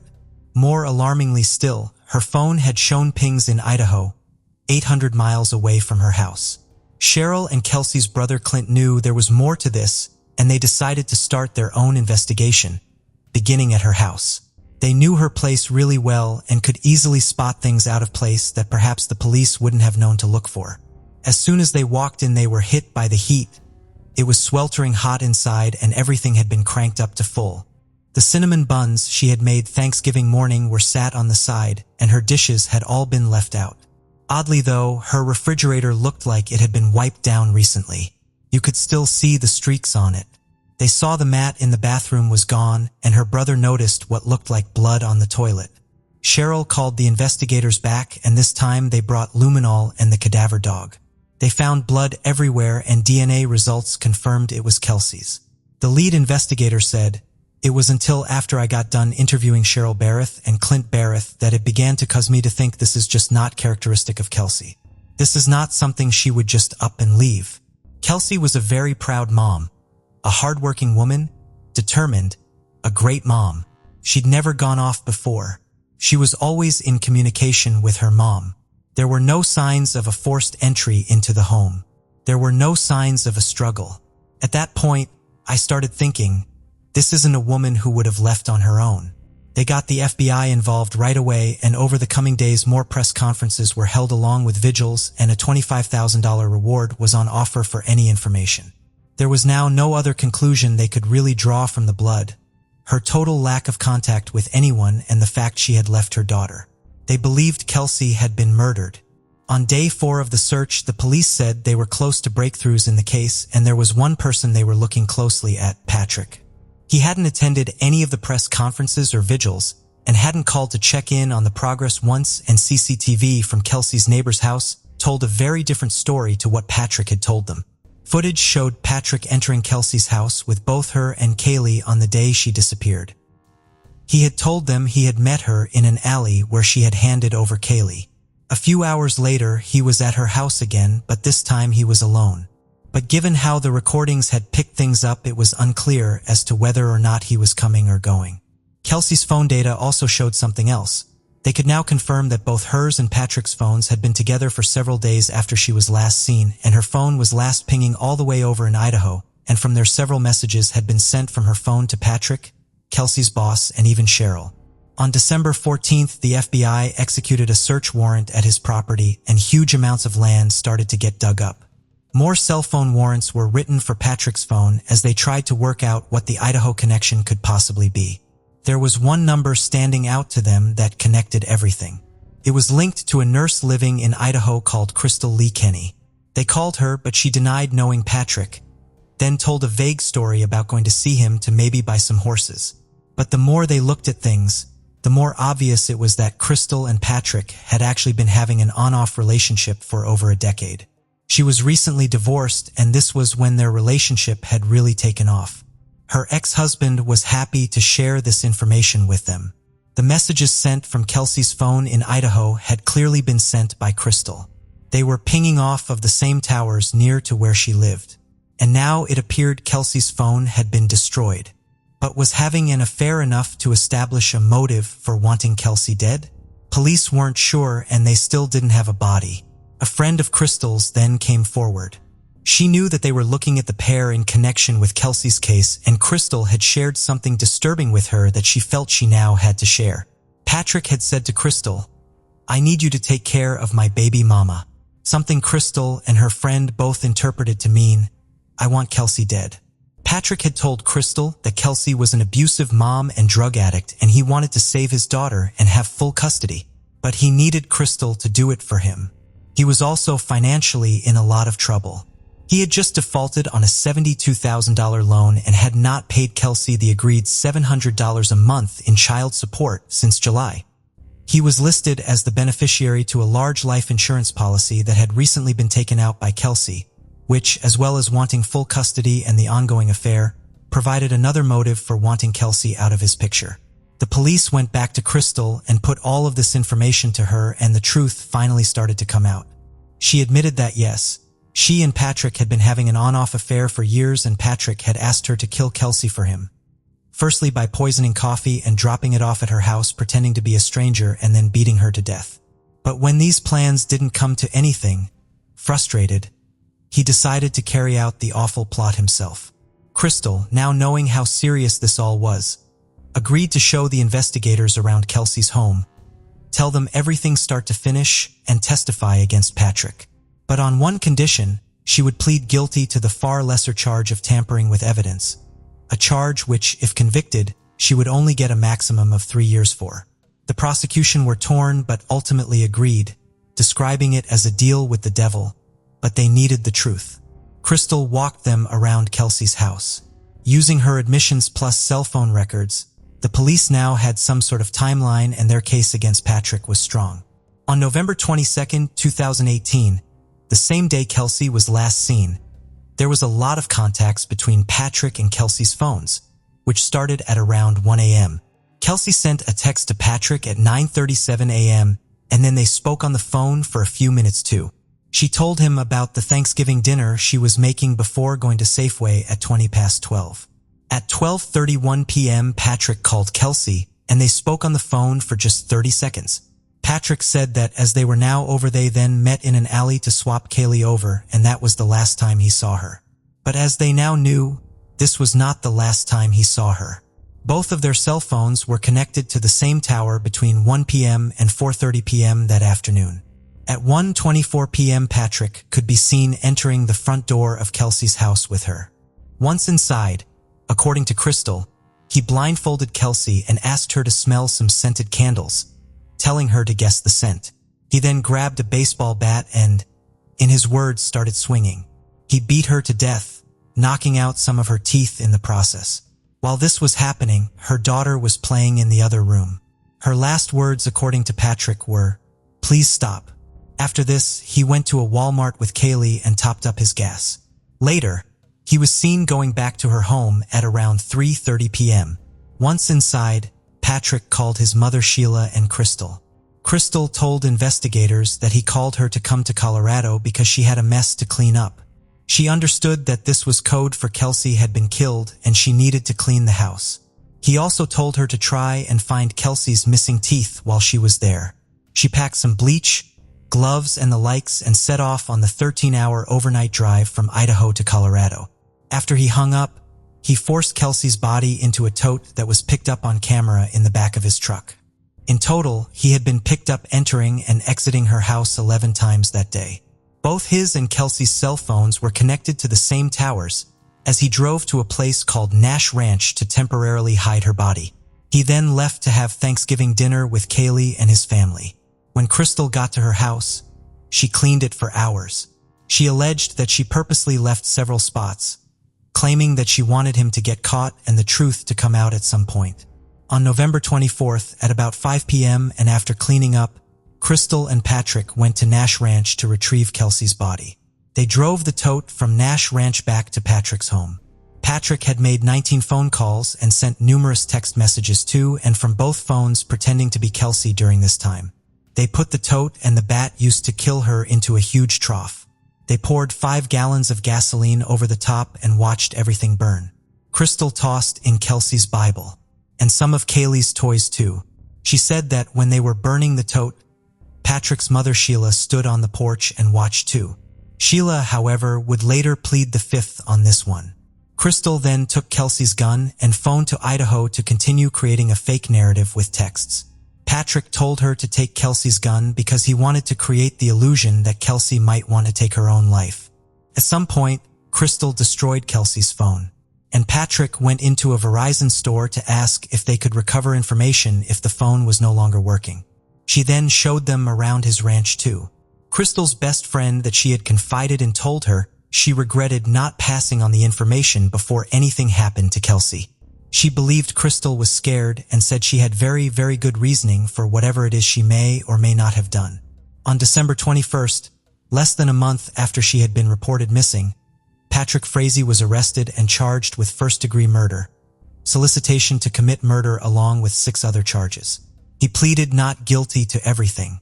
Crystal Lee Kenny pleaded guilty to tampering with evidence and became a star witness for the prosecution. The lead investigator said in his 37 years on the force, he had never had a nobody case before, and although he was glad that he could get some answers from Crystal, he now knew there were no remains for Kelsey's family to lay to rest.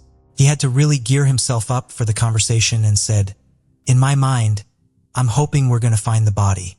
And when she tells us she's burned it, I thought, how do I tell Cheryl? How do you tell a mother and father that your daughter's been burned? It's hard to tell a parent, but to tell them this happened, I couldn't do it." Sheila, his mother, was also briefly detained but not placed under arrest. Courts held an emergency custody hearing to determine what would happen to Kaylee. Patrick's parents were fighting for custody, but the judge determined Kaylee should stay with Cheryl. If what Crystal said was true, then given the fact Patrick's mother watched him burn Kelsey's body, it's good to know that custody did not go to her. To some of Kelsey's friends, it came as no shock that Patrick was behind what had happened. Patrick's ex-girlfriend Vanessa said she saw this side of his character during their relationship. She said, "I was attracted to his sharp wit and he was excellent at reading people, but his behavior quickly became emotionally abusive and controlling." Their on-again, off-again relationship ended in 2014, when Vanessa said she came across the definition of a psychopath online. It fit him to a T and matched all of his behaviors, and she decided she had to call time on things once and for all. Vanessa believed Crystal was under his spell just as the way she used to be. He's a very, very complicated individual. He's very, very smart, and like I said, he can read people really well, and he knew how to press people's buttons, she said. In October 2019, almost a year after Kelsey was last seen, Patrick's trial started. During the trial, cameras and live reporting were banned and security was tight. The jury would hear from some key witnesses, including Crystal and an inmate that had shared a cell with Patrick. Patrick had passed the inmate notes on toilet paper asking him to help kill people on the outside that knew what was going on. Crystal was one and her best friend and Cheryl were 2 others. One note read, "They all need to disappear unseen until 11:22 after the trial. I'd really like to see Crystal with a bullet in her head. No video, no weapon, nobody, no forensics." After just a few hours, the jury unsurprisingly returned a unanimous guilty verdict. Patrick Frazee was sentenced to life without parole for first-degree murder, to be followed by 3 consecutive sentences of the maximum 48 years each for the 3 counts of solicitation to murder and the maximum of 12 years for tampering with a body, and be followed by 5 years of parole. In total, he was sentenced to life without parole plus an additional 156 years. Patrick Frazee will die in prison. The judge said your actions were vicious, senseless, without reason nor explanation. After you beat her, you burned her body like a piece of trash. Your crimes deserve the absolute punishment available. Kelsey's family had agreed not to seek the death penalty against him, with Cheryl saying, "The district attorney praised Kelsey's family, having grown close to them over the trial. He described them as salt of the earth, wonderful people." Crystal Lee Kenny was also sentenced to just 3 years in prison. Kelsey's family acknowledged that without Crystal's cooperation, a conviction would have been difficult, if not impossible. But they believed, along with many people, that she should have received a much heavier sentence. The only thing she didn't do was swing the bat, they said. The lead investigator added, "Crystal did some horrific things, and as horrific as what Patrick did, Crystal did some hardcore things too. It was hard, and it's still hard for me to understand why she made the decision she made, partially because I'm not in a domestic violence situation. I have an appreciation and respect for the dynamics of it all. She's an intelligent woman. She's a good mom. The decision she made and why, quite frankly, I'm not sure any of us would ever understand. But without Crystal, we wouldn't be where we are today. But another detective wasn't so sure and said, I'm still torn. I think between empathy and just being appalled by what she did. Like he said, I'm not part of a domestic situation. I have never been. I can't speak to what's going through someone's mind. It's just hard to understand. 11 hours, come down and do that. And you don't call the cops? Don't understand it. Crystal was then resentenced to 18 months and released early in 2021. Patrick Frazee appealed his sentence, but in 2023 this was denied. None of Kelsey's remains have ever been found. What happened in the small community that Thanksgiving Day definitely left a dark cloud over the town. One that everyone was keen to try and remove as best they could. Volunteers, construction workers, and other local businesses came together to donate their skills and materials to rehabilitate Kelsey's now damaged house so that it could be resold. It was our way of showing that Woodland Park isn't about Patrick Frazee. It's about good people, one neighbor said. To think that Kelsey's daughter will grow up without knowing her is heartbreaking. And for what? What on earth possessed Patrick to do this is still not known. It was a senseless murder for simply nothing more than murder's sake. Kelsey's uncle said his whole family are big huggers. But Kelsey definitely gave the best ones, and that is something everyone will always miss. A detective said there's questions we have never answered. I don't put pictures of victims in my cubicles or anything like that. I think we all remember our victims, all of them in cases like this. Kelsey's just going to be one that sticks with me for a long time. I can't fathom why Patrick did it.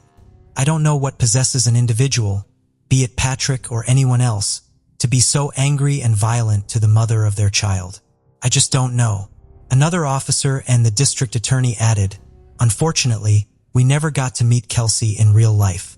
We would have loved to have met her under a different circumstance. For a woman to be involved in the aviation industry or the military, it's not an easy task. It's a difficult world to get in, but she had no difficulties at all. She was so well respected. She was revered. She was appreciated. The comments that her coworkers made about her, even how the students talked about her, really showed what a wonderful person she was and just how dedicated she was to not only her daughter, but to her country. How we feel means nothing.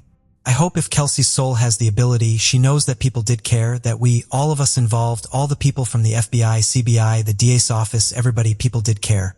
She was and still is important. She always will be.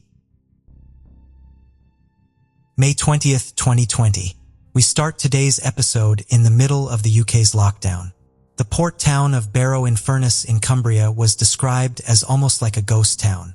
The streets were empty and most people were inside and online. One of those people was 20-year-old Eleanor Williams, and she was on Facebook. After typing out a lengthy paragraph, she hit share on a post that would go viral almost as soon as it went live. I think this is the hardest post I'm ever going to write. It began. Yesterday, I was put into the back of a car and taken to an address to have sex with 3 Asian men. Afterwards, I was beaten to teach me a lesson. She continued. She went on to speak about years of abuse, rape, grooming, and torture, as well as being trafficked to different countries. She shared pictures of her injuries. Injuries that looked so painful, they made you wince when you saw them. She was covered in bruises, her eyes were swollen shut, and she had rats carved into her stomach. She listed how over the years her many abusers had broken her ribs and the bones in her face, tried to cut off her breasts, put cigarettes out on her, and dislocated her arm. She said they had given her drugs to the point that she was nearly addicted to heroin and many times just dumped her naked and left her to die. People's mouths fell open as soon as they read it and pored over all the awful pictures. One of her friends said it was something that would have been the plot to a film. Within an hour of the post going live, the police had someone in custody. But it was not one of Eleanor's abusers. It was Eleanor Williams herself. The outrage spread further afield than the small community in which she lived. No one could believe that someone could come forward so bravely to share their story and be met with an arrest. It was unfathomable. Outrage at the police soon followed, as well as the men that Eleanor had accused. Hashtags trended for her, Videos in support of her went equally viral, and posters went up across Barrow. Huge protests were taking place.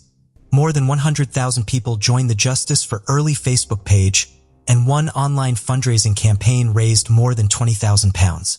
But as people marched through the streets, smashed windows, donated money, and shared everything and anything they could on social media, no one could ever have predicted what would happen next, as the full and deeply unsettling truth was about to come out. Eleanor Williams first came onto the police's radar in November 2017. 16 years old at the time, she lived a quiet life by all accounts, living with her mom, stepdad, and siblings. Her parents had split when she was younger, and she didn't see too much of her dad. Her family were quite well known around town, as her mom Allison was a labor counselor and described as a pillar of the community.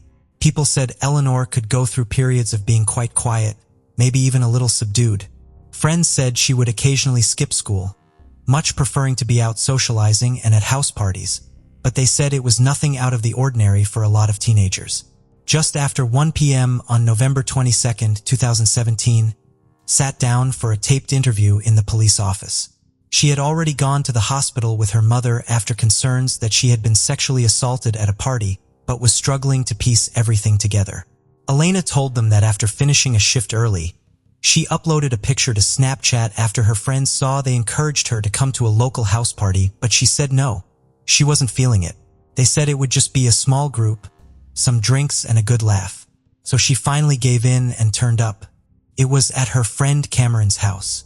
She went on to say that she and Cameron took a shot of vodka in his bedroom and then he had tried to kiss her. She didn't want to engage and made an excuse to go to the toilet, but he got angry and dragged her back by her hair, throwing her onto the floor. She said she couldn't remember anything after that. She woke up in her own house and then started receiving messages on Snapchat from Cameron. One said, "Drugged you, ed you, mugged you, left you, laughed at you. I've got HIV." Terrified, she then went straight to hospital. 22-year-old Cameron was horrified and denied that anything had happened. He was so confused when he saw the Snapchat screenshots. He said it simply wasn't true. Couldn't be true. That was not him. He said yes, Eleanor was at his party, but she was so drunk at one point he contacted her sister to try and help and to make sure she got home okay. He was concerned about her. He was let go, and Eleanor eventually said she was dropping everything against him. However, he remained on bail and the police's radar for a further 6 months after this. 2 years later, the now 19-year-old Eleanor was living in her own flat. After frequent fights with her mom and stepdad, she said she was sick of it and needed her own space. It was at this time that she would contact the police again. On May 9, 2019, with bruising across her face, Eleanor detailed how a man named Jordan Trengove attacked her with a knife, beat her, and raped her 3 times. She showed messages from Jordan, some which read, "I'll rape you again and leave you for dead." Jordan was interviewed but denied it all. They had been on a night out together back in March, but he said Eleanor disappeared halfway through the night and he didn't even see her leave. He was far busier trying to talk to another girl.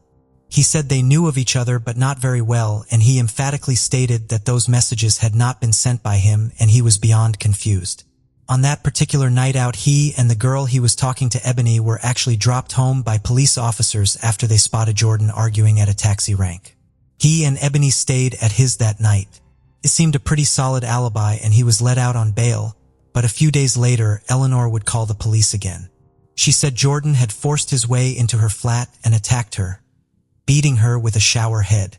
Police thought for someone still on bail and under investigation, this was brazen on another level. They couldn't take another chance on letting him go, and Jordan Trengove was arrested and charged with 3 counts of rape. He pleaded not guilty to everything and was placed in Preston Prison's sex offender wing while awaiting trial. Word was starting to spread, and everyone was staggered to hear Jordan's name tied up in something so bad. It just didn't make sense. A month later, Eleanor was reported missing. This was not the first time, far from it. Her family and friends had made calls about her well-being many times, and each time she was found by the police. It was possible, they thought, that because of everything with Jordan, she had run away, and there was a concern that she might attempt to hurt herself. She had more cuts and bruising to her body, and police suspected she was using alcohol or drugs or both. A month later, Eleanor was back at the station to make another report. She told them she had met an older man she called Rami at a house party years ago. A house party she admitted she should never have been at. Rami was Mohammed Ramzan, a married father of 4 and a local well-known and well-respected businessman, and Eleanor said she had known him since she was 12 and he had started grooming her almost immediately. She said at one particular party he had asked her to go and have sex with one of his friends, calling it a massive favor. Eleanor said she did. Detectives listened in horror, wondering what on earth was going on in their quiet seaside town. What were they scratching the surface of? Eleanor told them things had escalated and she was now being taken to various homes to meet multiple men at the same time. Some houses were even in Rochdale and Oldham, hours away from Barrow. She claimed Mohammed was the organizer of what was seeming to be a huge group of men and organized crime. She said Mohammed had tried to sell her for €25,000 in Amsterdam. And she also wrote down a list of names or descriptions of more than 50 girls that she said were victims as well. Investigators said they couldn't help but think of past things like the Rochdale grooming gang, which came to a head in 2012. This saw 9 men convicted of sex trafficking and rape amongst other charges. And as of January 2024, a total of 42 men have been convicted, resulting in jail sentences, totaling 432 years. And 47 girls have so far been identified as victims. They also thought of what is known as the Rotherham child exploitation scandal, which saw organized child sexual abuse happening in Rotherham in northern England between the 1980s right through until 2013, with over 1,400 victims. Both of these appalling instances highlighted years of failures of the authorities to act on reports that had been made to them. As the police listened, the parallels seemed uncanny, and it was hard to not let their mind go to the past. They wondered if they were uncovering something similar here. They arranged for new accommodation for Eleanor outside of Barrow, worried that if these men found out what she had told them, it could be life-threatening for her. Mohammed Ramzan was quickly arrested and interviewed. Took him a minute to even realize who Eleanor was. He said he barely knew her, let alone had spent any time with her. As detectives reeled off the list of crimes, places and times, he sat aghast. He couldn't believe what he was hearing and denied everything. After almost 48 hours in custody and hours of interviews, the police concluded they did not have enough to hold him, and Mohammed was released on bail. But her allegations were so serious that the local station wanted outside resources to help and set up a major investigations team. The senior investigator said if history was anything to go off, they could not under any circumstances take a chance. Over the following months, Eleanor would become a regular face at the station. She was working closely with the team and would share everything with them. She revealed to the team that she had been forced to go to Blackpool on June 30th, after being told she was very valuable and this was a place they could make more money from her. Police said she gave a huge amount of detail and specifics about everything, descriptions of the shops, the sounds she heard, the streetlights, what calendars people had on their walls, what color their hallway wallpaper was. They were elated she could remember so much, knowing this was building a really strong case for them. They asked if they could drive to Blackpool themselves and go around in an unmarked car, while she pointed out the locations to them. She said that she would. But as soon as they reached Blackpool, this was where all her details stopped. It was now just a long list of "don't know" and "I'm not sure." They spent 2 days driving around, but Eleanor couldn't give them anything. Other officers were going to various hotels and B&Bs in the area, sharing Eleanor's details and asking if anyone under her name had been booked in on June 30th. Finally, at the Savoy Hotel, a staff member at reception confirmed that yes, and Ellie Williams had indeed booked a room with them. She had reserved it 2 days beforehand via Booking.com, and CCTV showed her checking in alone at about 8:30 p.m. An hour later, she left the hotel and more cameras picked her up in a couple of local shops. She paid for a pot noodle and some milk before heading straight back to her room. During this time frame, she had already told the police that she was being driven around and assaulted in various locations by various men. Reception could show them her keycard information, and after she got back to her room that night, her door had not been opened for almost 24 hours. She didn't leave once and no one entered her room. She was actually logged into BBC iPlayer and watching videos on her phone. She then returned home by bus. Back in small community of Barrow, with Jordan now in jail and Muhammad under investigation for the most serious of offenses, this was really all people could talk about.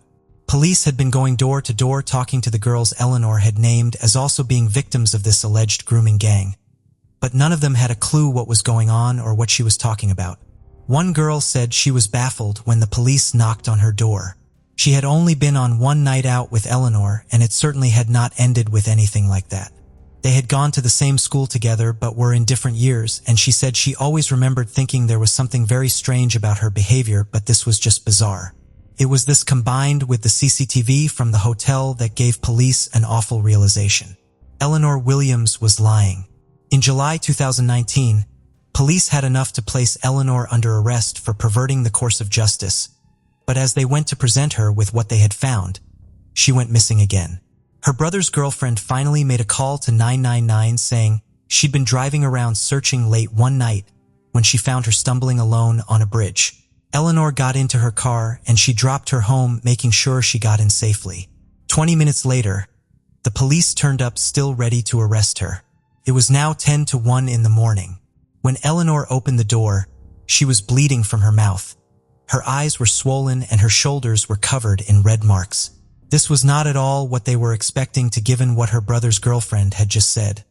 But they took her straight to hospital. In a word, she named another person someone called Oliver. She told a story of being forced to go and meet him in Preston, where he had made her take drugs and raped her. She said he was part of a sex trafficking ring in Ibiza and said she had his number for them to track him down. She was clearly intoxicated and admitted to drinking alcohol and smoking spice. Spice is a synthetic drug which originally came onto the recreational drugs market to mimic the effects of cannabis. But spice is dangerous due to its potency and the way it exerts effects on the brain and body. It is often referred to as the zombie drug and can cause seizures, extreme anxiety, and even psychosis. They found her on CCTV getting off the train at Preston, just as she had said. When they found the man she had accused, they were also able to locate him on the cameras. Ali was a trainee electrician and had been celebrating a birthday in town when he bumped into Eleanor randomly. He had in fact stopped her to get a lighter from her. They chatted for about 20 minutes and walked into an alleyway where he admitted to kissing her and embarrassingly recalled a brief and perhaps clumsy sexual encounter. Just over a minute later, Eleanor could be seen walking back out of the alley, lighting a cigarette and walking off. She then went into some public toilets and stood in front of the mirror, rubbing her eyes for ages. She got onto her train and headed back to Barrow. This was just an hour or so before the police turned up at her door. She had no injuries to her face at that time that they could see, and although CCTV can only ever show a small amount, something about what she was saying happened just did not seem to be reflected in the footage before them. Ali even sent her a message asking her to add him on Snapchat, hoping to see her again. He told police he thought she was gorgeous and he was happy that he had met her. She told him she was from Wigan and was going to work in one of the nightclubs in Preston. Neither of which were true. He said, was just calling her to see because I was happy I met her and I was ringing her to arrange to meet her. That's why I called her, because I wanted to see her. The police said from their examination, it seemed to be a totally random encounter and he appeared to genuinely quite like her. When she got off the train at Barrow, the story she told the police was that she was then met by two older Asian men who walked her back to her flat where she was brutally raped and attacked again. But the cameras showed her walking alone for a good while before her brother's girlfriend, just as she had said, saw her on the bridge. His girlfriend confirmed that there was no one with her at the time she picked her up and she had no injuries to her face or body. She dropped her home and then called the police right away to let them know she was back. And just 20 minutes later, her face was now bleeding and she was covered in marks. As well as what her brother's girlfriend had told them, her neighbors hadn't seen or heard anything either, and detectives said there was no other conclusion they could draw other than she had done this to herself. But this was such a hard thing to even imagine someone doing to themselves. Everything was moving so quickly and more names were being thrown out.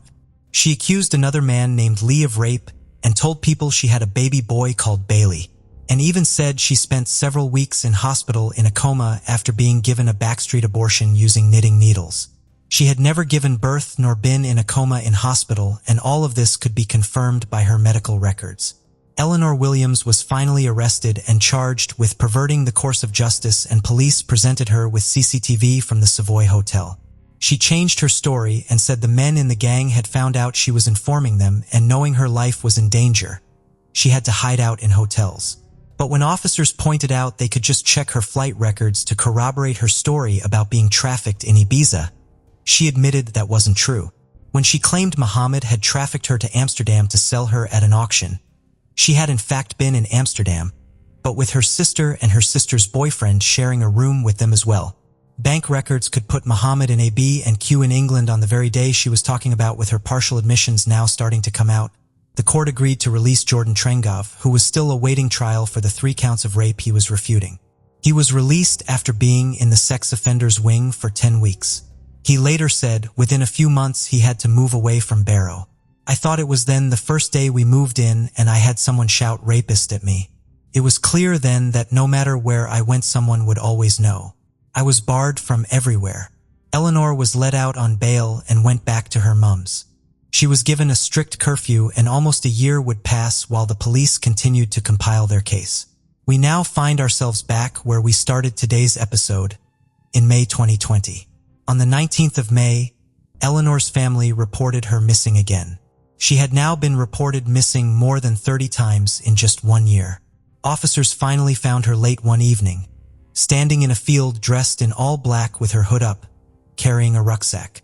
She was talking very fast and was agitated. As they got closer, they could see she was covered in blood, with black eyes, and the tip of one of her fingers was almost cut off. As she sat in the back of the police car, she said she had been dragged into a car and taken to a house where she was beaten and raped by 10 Asian men. These were the most extreme injuries they had seen so far, and she was taken to hospital.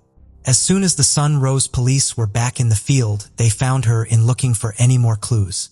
They quickly found a hammer covered in blood, which they took in for testing. Her injuries were so brutal they were hard to look at, and some pictures we have not even included. But these would be the pictures she would upload to Facebook a day later. Pictures which would go viral and start to unravel the chain of events we find ourselves in. Detectives said they were watching someone take things to such a point she could have ended up taking her own life. She was clearly extremely troubled. She was drinking a lot, taking drugs like spice and cocaine, running away, and allegedly making attempts to end her own life. As she had broken her bail conditions, they were able to rearrest her. Little did they realize that while she sat in custody, her Facebook post was spreading like wildfire. Detectives seized a further 8 hammers from her flat and multiple phones. Experts spent time trawling through the vast amounts of accounts and messages. She would largely use Snapchat to talk to people, and with the cooperation of the social media giant, they got access to her Snapchat data. Professor Lee Grant, an expert in forensic linguistics, examined the messages between her and her alleged attackers, and he said he found a significant similarity between the words and phrases in all the disputed messages. He concluded that she had written them all herself. Between October and December 2019, she was chatting to someone she knew from school called Harry Cooper. They had been flirting over messages, and when the messages became more sexual, she changed his contact information to Exaram, someone she told the police was a trafficker attempting to groom her. She later changed his info again to Exrami, so when Harry called her, she could show it to the police and say it was Muhammad making the calls. She wrote herself letters pretending to be Muhammad as well, acting as if he were writing to her to apologize for the things he had done. Snapchat data could also confirm that Jordan Trengov's alleged Snapchat account, Trengy7, was created by Eleanor. Another phone which was registered to Eleanor's address was used to create an account under the name Rollo Kelsey, someone she completely made up and also claimed was a trafficker. Another account under the name Salza was also created by her. In early July of 2019, she used another mobile phone which had been given to her by a Barrow charity which supports female victims of violence and sexual abuse called Women's Community Matters. She used this phone to send messages purporting to be another victim caught up in the trafficking ring, someone called Nicole. Every single allegation she had made, police could pick apart, either using phone data or CCTV. Testing on the hammer also came back. and there was only one person's DNA on there, Eleanor Williams. A pathologist concluded that her injuries were consistent with self-inflicted blows using her right hand. They were also able to find CCTV footage which showed her purchasing the hammer that was found in the field, and which also confirmed she had been on her own the whole time. A 10-week trial would begin in October 2022, and it was complex to say the least. Dr. Lucy Bacon, a forensic psychiatrist who assessed Eleanor many times, diagnosed complex post-traumatic stress disorder resulting from childhood trauma. She said she displayed all of the key symptoms including suicidal ideation and substance misuse. She said she suspected undisclosed sexual abuse in childhood and social services being involved in the home until she was 8, although the ins and outs of this are not known. Dr. Martin Locke was on behalf of the prosecution, and he said he was not able to diagnose Eleanor with any psychiatric disorder. But Dr. Lucy Bacon suggested this may have been because he was male and that Eleanor had refused to engage with some male healthcare professionals in prison. A big part of the prosecution's evidence was the hammer and the self-inflicted wounds, but in court Eleanor denied hitting herself with anything, saying, "I'm not a psychopath." The jury took just 3.5 hours to find her guilty of 8 counts of perverting the course of justice, and unusually for the UK, her sentencing was televised.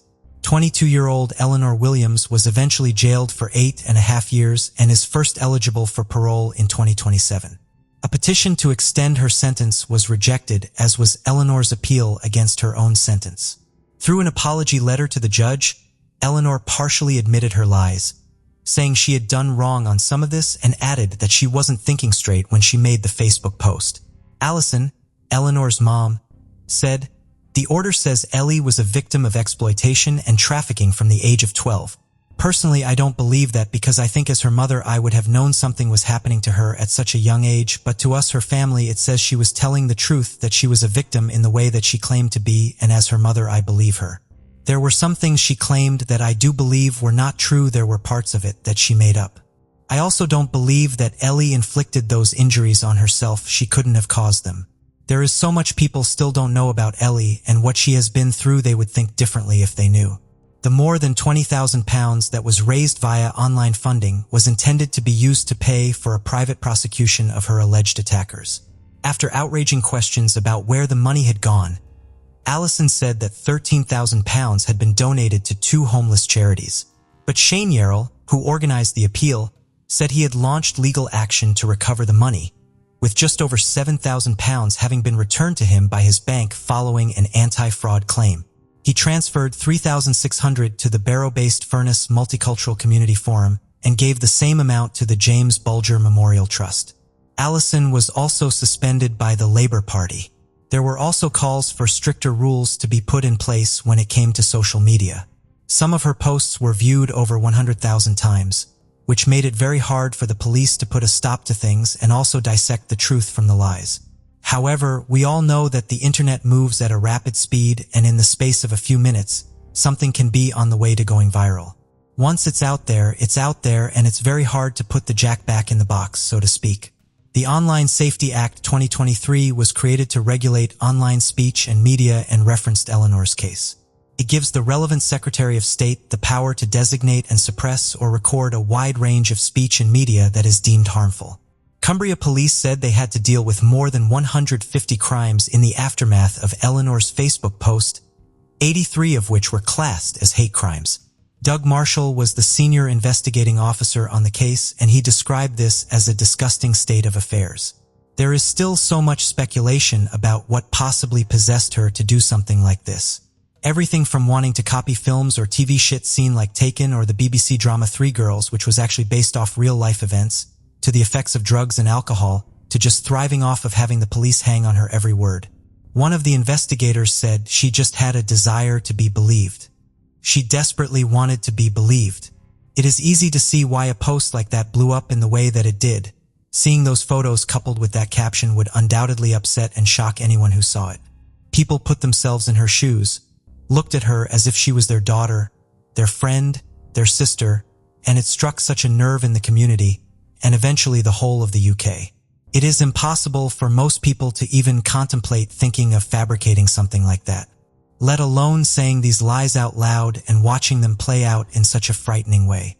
The police spent years looking into these claims and trying to catch the people responsible for what they believed was organized crime on a huge scale.